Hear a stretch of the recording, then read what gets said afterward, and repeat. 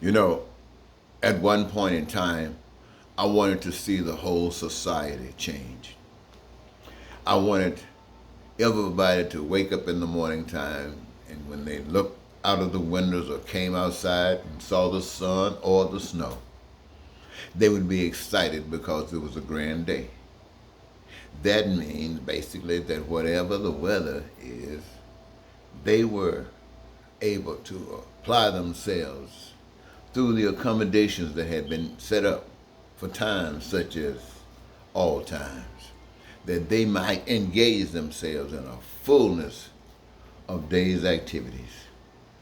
And they're doing these kinds of things that embrace their truest desires, allows them to participate with others who have that same graspness of being alive and cause the manifestation of all the things that we the people collectively. And I always dreamed of that, but then reality set in. And I started focusing on the reality that there was too much evil around to even think about these things happening amongst people who have been taught their entire lives through the eyes of evil. Even their rightness, their correctness, and their righteousness, should I say, is focused through the eyes of evil. And this is why society, I see, maintains itself as it does. And nothing seems to get better, even when things change and all of the automations basically can change, you know, from the horse and buggy to some apparatus billions of light years away, and they are supposed to be able to communicate with that kind of advancement. But to recognize that the resources of the earth belong to all of us, given by a power that is responsible for all of us. And we should be able to, you would think, be able to cause that to happen that I just mentioned. But instead, we have what we have. And so my concern now is to say, especially when I have actually seen in my own lifetime. Now, I've lived a long time, ladies and gentlemen, you know, and I've seen a lot of crazy stuff going on. Blind stuff that I participated in because I was as blind as everybody else. But stuff that's going on now, I mean, right before your very eyes. I mean, sometimes people used to lie and try to sneak it. But now people lie in your face and expect you to agree or disbelieve, doesn't matter, but support the lie. I mean, and people are actually supporting. I mean, madness like this was used to be done under the table. But now it's just blatant saying, you know, we used to call that evil and low down and dirty and devilish. And people didn't want anybody to know they were doing it. But now, for some strange reason, that attitude that allowed all of that hatred and racism and bigotry that had been hid under the table, bound there by certain laws, but then a voice came through and opened the door for all of that to come out. And now all it seems is building of evils. Golly. Well, and there's only one way out of that I can see, is for to give the best they can be. All of the handcuffs that's been holding people back, remove them. Allow people to live.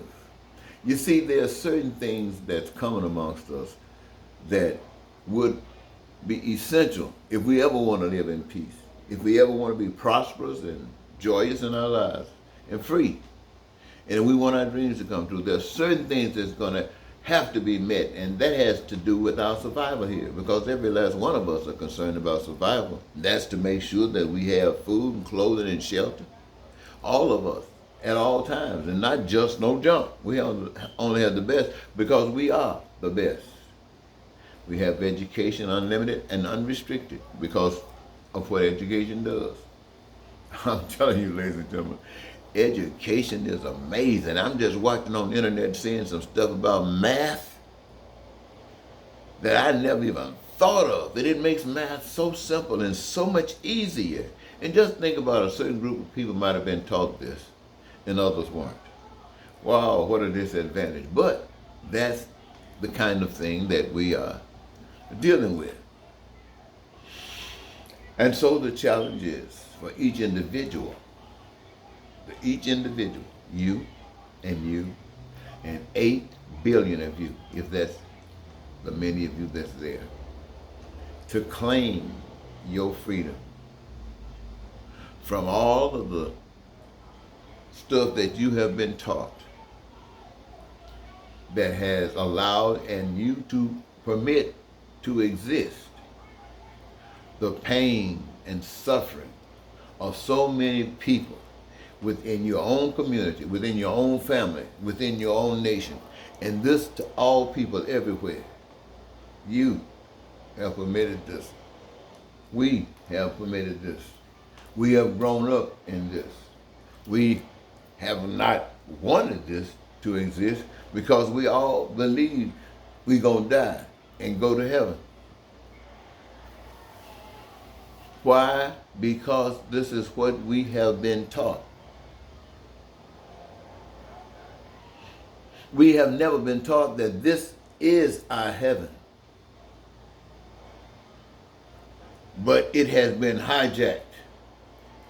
We have been robbed by lies and deception that have taken place right before our very eyes. And so I say, this is an individual thing. After that, after making sure that food, clothing, shelter, education, health care, and the ability to exercise your own gifts to participate in the creative process, that all might have everything they want, need, or desire. Having done that, then everything else is between you, the individual, and God. I have no authority, and none of us got any authority to judge anybody beyond that. Let us do those things that is required of us. We are not required to judge others. We are required to love others. We are required to be examples to others. We are to be the love light to others, that others might see. But personal individuals receive their direction, their spirit, all from the source, God. They receive it from God. And the God that they receive it from is reflected through their activities. And we know the difference between the God of love and the God of what we know as well. So ladies and gentlemen, I want to take a pause there. I just wanted to share this thought with you. I don't know if it's done anything, but it's just something that I wanted to share with you, and I want to thank you so very much for participating. Until next time, this is Eddie Marcus saying goodbye.